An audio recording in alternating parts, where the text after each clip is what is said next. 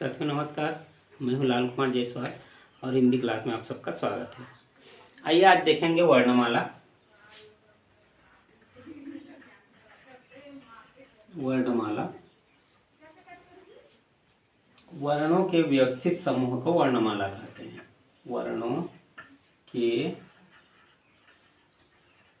व्यवस्थित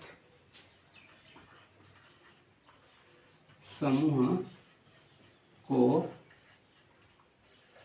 वर्णमाला कहते हैं। अब इसमें आ गया वर्ण। वर्ण क्या होता है? वर्ण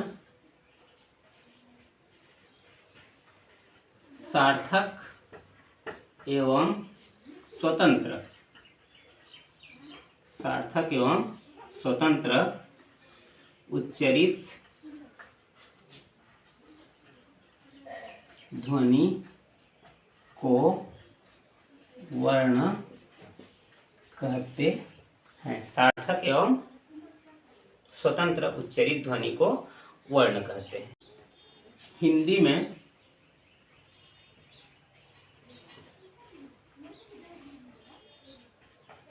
वर्णों की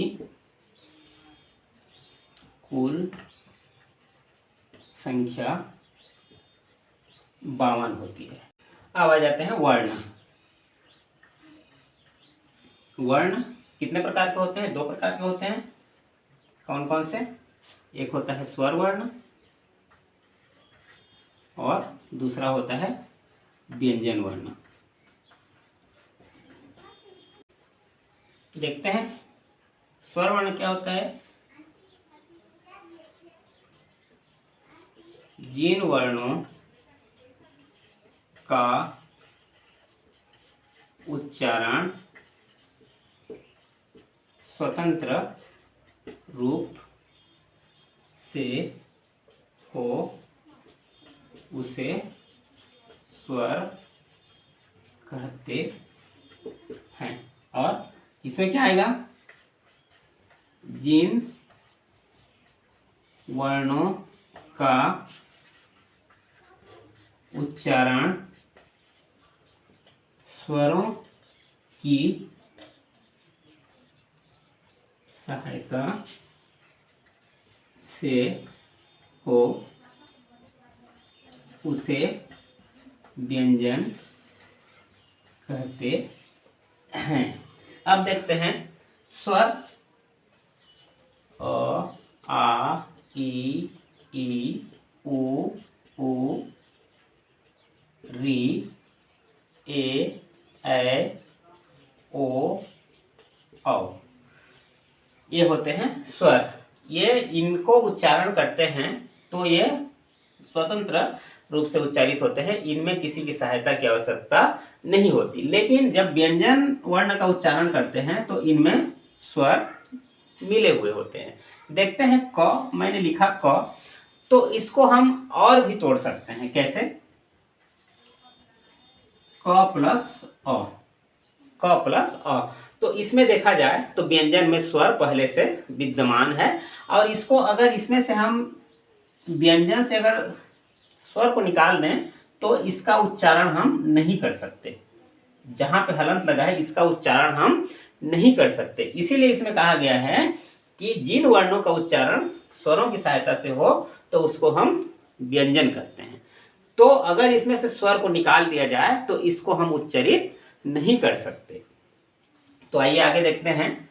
इस वीडियो में हम लोग सिर्फ स्वर देखेंगे। स्वर, स्वर क्या होते हैं? तो स्वर हिंदी में स्वरों की संख्या 11 होती है। हिंदी में स्वरों की संख्या 11 होती है। आइए देखते हैं। अ, आ, ई, उ, री, ए, ओ, औ। उसके बाद आप बोलेंगे कि आगे भी 2 वर्ण होते हैं अंग और अह। तो इसको आप लोग ध्यान देंगे कि अंग और अह स्वर की श्रेणी में नहीं आते। तो स्वर की श्रेणी में ये क्यों नहीं आते, इसको थोड़ा सा देख लेते हैं। इसको बोलते हैं अयोग वाह। अयोग वाह, न ये व्यंजन में आते हैं न स्वर में आते हैं। तो इसमें जो लिखा है इसको ध्यान से देखते हैं, अयोग वाह।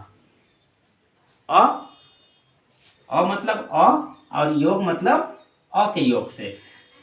जैसे कि हम उच्चारित करते हैं अंग बोलते हैं अंग, तो अ और अम का मात्रा, मतलब जब हम अंग बोलते हैं तो उसमें अ मिक्स रहता है।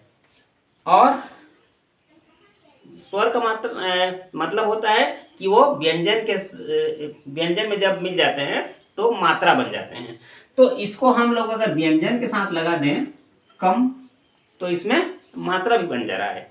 तो ये स्वर के साथ भी काम आ रहा है और व्यंजन के साथ भी काम आ रहा है। लेकिन न ये स्वर है न व्यंजन है, लेकिन जब जरूरत पड़ जाए तो स्वर में भी आ जाता है और व्यंजन में भी आ जाता है। तो इसीलिए हम इसको अयोग वाह कहते हैं। इसको हम लोग स्वर की श्रेणी में या व्यंजन की श्रेणी में नहीं लेते। तो आइए अब देखते हैं इसका तो उच्चारण पहले सीख लेते हैं कि इसको उच्चारित कैसे करते हैं। अ आ ई उ री ए ओ औ।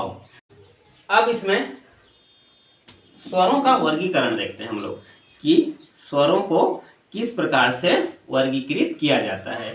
स्वरों का वर्गीकरण, तो इसको हम लोग 5 प्रकार से स्वरों का वर्गीकरण कर सकते हैं। कौन कौन से? पहला प्रकार आता है उत्पत्ति के आधार पे। उत्पत्ति के आधार पर स्वर। उसके बाद सेकंड आता है उच्चारण समय के आधार पर स्वर। उसके बाद थर्ड आता है जिह्वा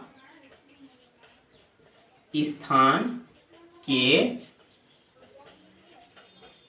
आधार पर स्वर। उसके बाद चौथा आता है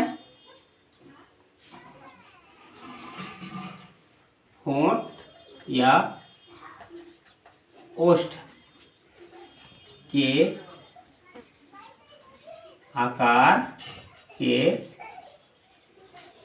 आधार पर स्वर। उसके बाद लास्ट 5वां आता है मुंह के आकार के आधार पर स्वर। तो आइए अब हम लोग इसको एक एक करके देखते हैं। सबसे पहले देखेंगे उत्पत्ति के आधार पर स्वर।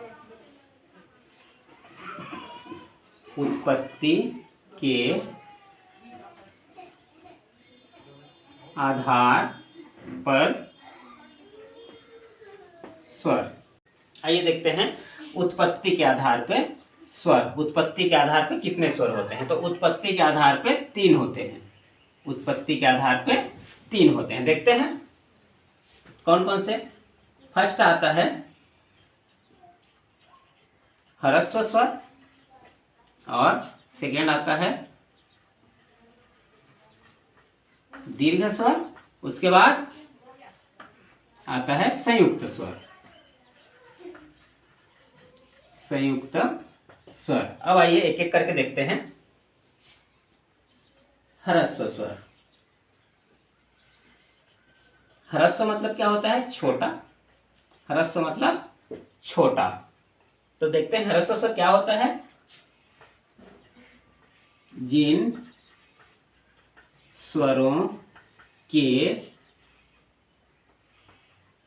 जन्म का, जिन स्वरों के जन्म का अता अता पता न चले उसे ह्रस्व स्वर कहते हैं। इनकी संख्या कितनी है? 4। इनकी संख्या कितनी है? 4। कौन कौन से?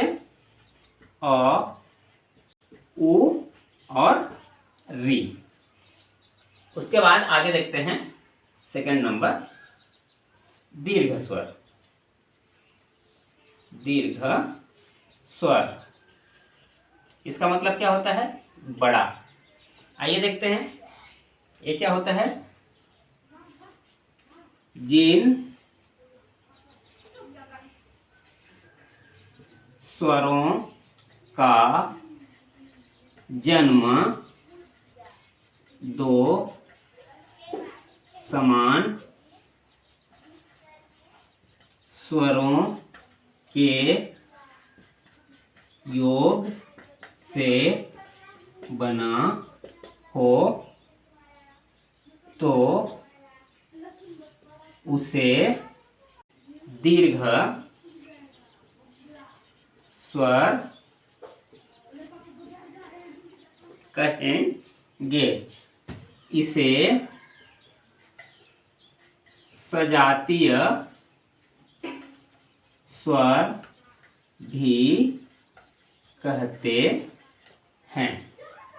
जब दो समान स्वर मिले और एक नया स्वर बने तो उसको हम बोलेंगे दीर्घ स्वर। और ये दो समान स्वरों के मेल से बनता है, इसलिए इसको सजातीय स्वर भी बोलेंगे। आइए देखते हैं ये कौन कौन से होते हैं। तो क्या क्या होता है?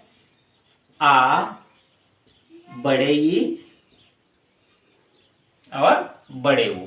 इसकी संख्या कितनी होती है? इसकी संख्या 3 होती है। अब देखते हैं कि ये आ, बड़े ई और बड़े ऊ की उत्पत्ति कैसे हुई। आ, जब अ और अ मिल गए तो क्या बन गए?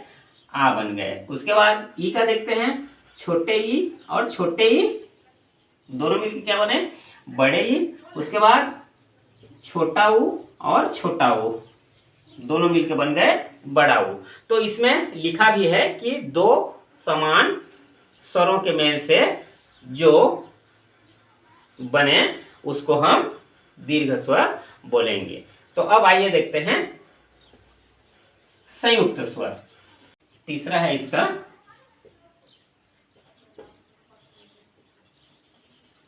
संयुक्त स्वर। तो इसको देखते हैं। जिन स्वरों का जन्म दो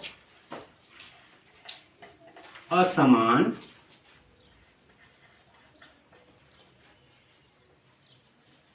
स्वरों से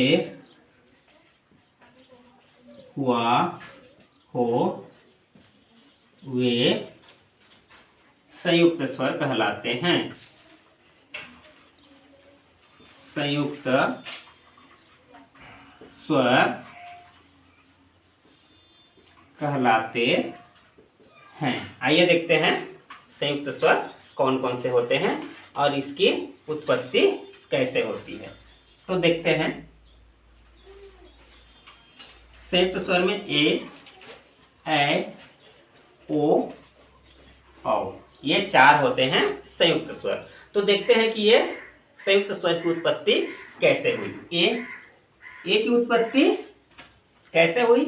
तो जब अ और ई मिले तो अ और ई मिलके बन गए अ और ई मिलके बने ए। उसके बाद अ और उ मिलके बन गए ओ और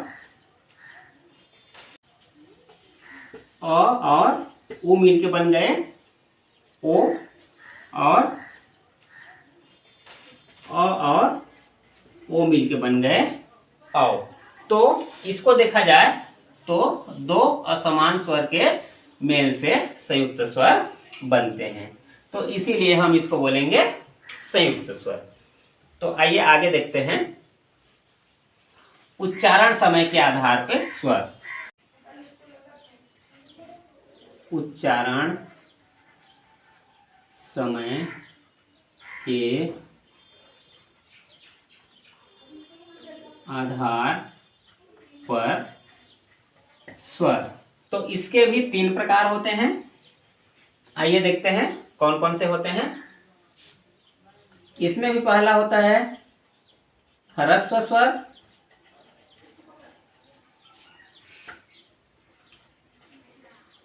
दूसरा होता है दीर्घ स्वर और तीसरा होता है प्लुत स्वर। तीसरा होता है प्लुत स्वर। अब आइए इसको एक एक करके देखते हैं। पहला है ह्रस्व स्वर। ह्रस्व स्वर जिन स्वरों के उच्चारण में कम से कम समय लगे उसे ह्रस्व स्वर कहते हैं। ह्रस्व स्वर इसकी संख्या कितनी होती है? 4 होती है। कौन कौन से? अ, ई, उ और री। उसके बाद आता है सेकंड में आता है दीर्घ स्वर। दीर्घ स्वर, इसमें एक बात ध्यान देंगे, ह्रस्व स्वर में इसको मूल स्वर भी कहते हैं। इसको मूल स्वर भी कहते हैं। अब आइए देखते हैं दीर्घ स्वर। जिन स्वरों के उच्चारण में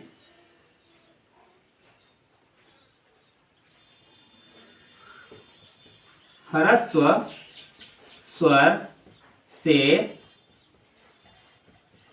2 गुना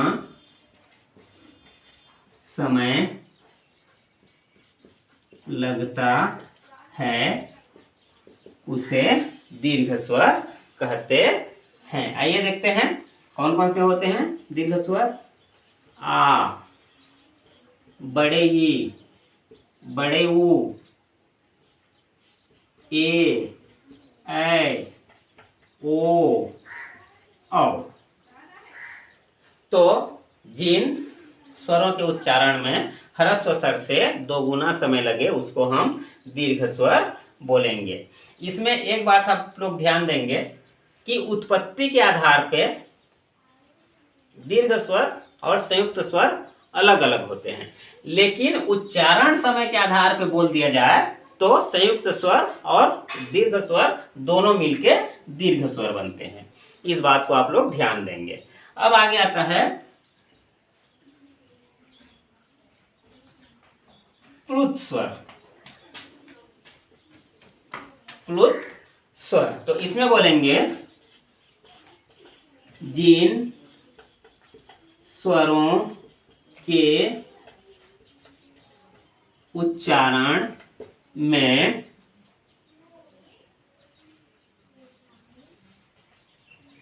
दीर्घ स्वर से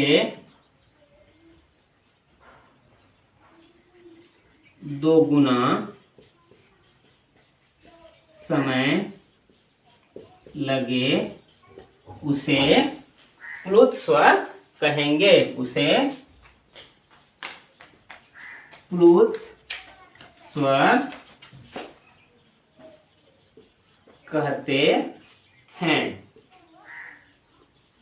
इस स्वर का कोई निश्चित चिन्ह नहीं है। ये प्लुत स्वर का इस्तेमाल नाटकों में किया जाता है। जो संवाद बोलते हैं उसमें जो लंबा वर्ण बोला जाता है, दो वर्णों के बीच में जो गैप किया जाता है उसको हम बोलते हैं प्लुत स्वर। एग्जाम्पल के लिए राम को अगर कोई पात्र चिल्ला रहा है राम बोल के, तो इसमें राम मतलब बीच में थोड़ा सा गैप है, इसमें बीच में खींच दिया राम ऐसे करके, तो ऐसे टाइप के जो शब्द आते हैं उसको प्लुत स्वर कहते हैं। अब आइए देखते हैं जिह्वा स्थान के आधार पे स्वर। तीसरा है जिह्वा स्थान के आधार पर स्वर। इसके भी 3 प्रकार होते हैं, देखते हैं कौन कौन से। फर्स्ट होता है अग्रस्वर, सेकेंड होता है मध्य स्वर और तीसरा होता है पश्च स्वर। पश्च स्वर। अग्र मतलब क्या होता है? आगे।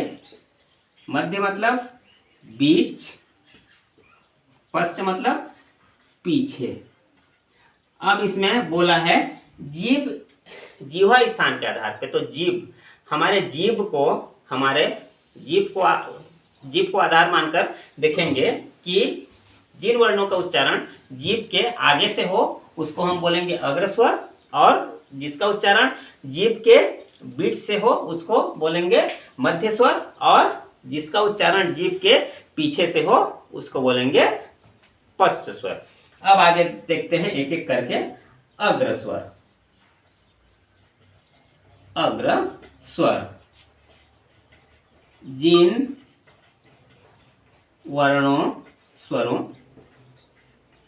के उच्चारण में जिह्वा का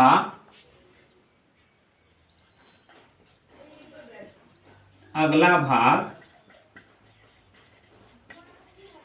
प्रयोग में आए तो उसे हम अग्रस्वर बोलेंगे। अग्र मतलब आगे, जब हमारे जीभ का आगे भाग उच्चारण में काम आए तो उसको हम बोलेंगे अग्रस्वर। अग्रस्वर भी 4 होते हैं। ई, ए। इसको बोल के देखना है, ई, ए। इसको जब बोलते हैं हम लोग, हमारे जीभ का सामने वाला हिस्सा यूज होता है। अब देखते हैं सेकेंड, मध्य स्वर। मध्य स्वर जिन वर्णों के उच्चारण में हमारे जिह्वा का मध्य भाग काम आवे तो उसे हम मध्य स्वर बोलेंगे। और मध्य स्वर केवल और केवल एक होते हैं, कौन सा? अ। इसको उच्चारित करके देखिए, अ बोलेंगे तो इसका आवाज बीच से निकलेगा, जीभ के बीचों बीच से इसका आवाज निकलेगा, इसीलिए बोलते हैं हम इसको मध्य स्वर। अब आता है तीसरा, पश्च स्वर। पश्च स्वर, ठीक। जिन स्वरों के उच्चारण में जिह्वा के पीछे भाग का प्रयोग हो तो उसे हम पश्च स्वर बोलेंगे। तो आइए देखते हैं पश्च स्वर कौन कौन से होते हैं। पश्च स्वर होते हैं आ, उ, ऊ, री, ए, ओ, अ। तो ये हो गए हमारे स्पष्ट स्वर। इसको आपको याद करना है तो एकदम आसान है। हमको बोल के देखना है और बोल के देखने से हमको स्पष्ट हो जाएगा कि किसका इस्तेमाल कौन से जगह से हो रहा है, जीभ के आगे हिस्सा से हो रहा है या बीच से हो रहा है या लास्ट से हो रहा है। तो उसी से हम लोग याद कर सकते हैं। और अगर ऐसा याद नहीं होगा तो ये 4 याद करने के बाद बाकी को भी हम याद कर सकते हैं, क्योंकि मध्य में तो केवल 1 है और ऊपर के 4 याद कर लिए और जो बच गया वो हमारे किस में आ जाएंगे, स्पष्ट स्वर में आ जाएंगे। अब देखते हैं होंठ या ओष्ठ के आकार के आधार पर स्वर। तो देखते हैं होंठ के आकार के आधार पर स्वर कितने होते हैं। तो इसके 2 प्रकार होते हैं। पहला होता है वृत्ताकार। वृत्ताकार मतलब गोलाकार। और दूसरा होता है अवृत्ताकार। अवृत्ताकार मतलब जो गोल न हो। फर्स्ट देखते हैं वृत्ताकार। वृत्ताकार तो देख लेते हैं, जिन वर्णों के उच्चारण में हमारे होंठ का आकार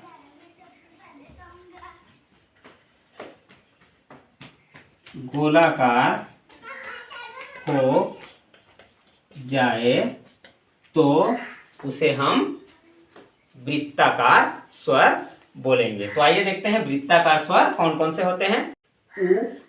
उ, ओ, औ। ये 4 होते हैं वृत्ताकार स्वर। कौन कौन से? उ, ओ, औ। इसको बोल के देखिए, उ, ओ, औ। क्या इसका होंठ का आकार गोल हो जा रहा है, इसीलिए हम इसको बोलेंगे वृत्ताकार। सेकेंड नंबर है अवृत्ताकार। अवृत्ताकार जिन स्वरों के उच्चारण में होंठ का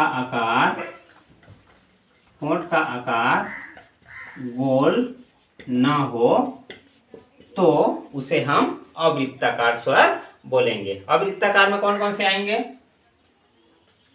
अ, आ, ई, री, ए, इतने अवृत्ताकार में आएंगे। तो इसमें मात्र 2 प्रकार हैं, वृत्ताकार और अवृत्ताकार। अब आगे देखते हैं मुंह के आकार के आधार पे स्वर। मुंह के आकार के आधार पर स्वर। तो इसके भी 2 प्रकार हैं। कौन कौन से? संवृत्त और फर्स्ट है संवृत्त और सेकेंड है विवृत्त। विवृत्त, संवृत्त और विवृत्त। देखते हैं संवृत्त, संवृत्त। समधन वृत्त, इसका अर्थ होता है समान प्लस वृत्त मतलब होता है गोला, समान गोला। जिन वर्णों के उच्चारण में हमारे मुंह का आकार गोल हो जाए तो उसको हम बोलेंगे संवृत्त स्वर। तो संवृत्त स्वर में कौन कौन से आते हैं? ई, उ, ये 4 संवृत्त स्वर में आते हैं। और आगे देखते हैं विवृत्त स्वर। विवृत्त स्वर, वी प्लस वृत्त। बी मतलब बिना और वृत्त मतलब गोला। इसका मतलब है कि जिन स्वरों के उच्चारण में हमारा मुंह का आकार गोलाकार न हो तो उसको हम बोलेंगे विवृत्त। तो आइए देखते हैं कौन कौन से होते हैं। अ, आ, उसके बाद ए, ऐ, ओ, औ। तो ये जो है अ, आ, ए, ऐ, ओ, औ, ये अपने विवृत्त स्वर के अंतर्गत आ जाते हैं। तो आज हम लोगों ने देखा स्वरों का वर्गीकरण। तो स्वरों को कितने आधार पे वर्गीकृत किया जा सकता है? 5 आधार पे। पहला उत्पत्ति के आधार पे, सेकेंड उच्चारण समय के आधार पे, उसके बाद क्या आता है? जिह्वा स्थान के आधार पर, उसके बाद आता है मुंह के आकार के आधार पर, और एक आता है होंठ के आकार के आधार पर। तो हम 5 आधार से स्वरों का वर्गीकरण कर सकते हैं और एग्जाम में ये 5 आधार से ही क्वेश्चन पूछते हैं। अब देखते हैं हम ये आगत स्वर क्या होता है। आगत स्वर, आगत स्वर बस एक ही है आ, और आगत व्यंजन को हम अगले वीडियो में देखेंगे। तो दोस्तों आशा करता हूं कि आज का वीडियो आप लोग को अच्छा लगा हो। अगर अच्छा लगा हो तो इसको लाइक और शेयर अवश्य करें। धन्यवाद।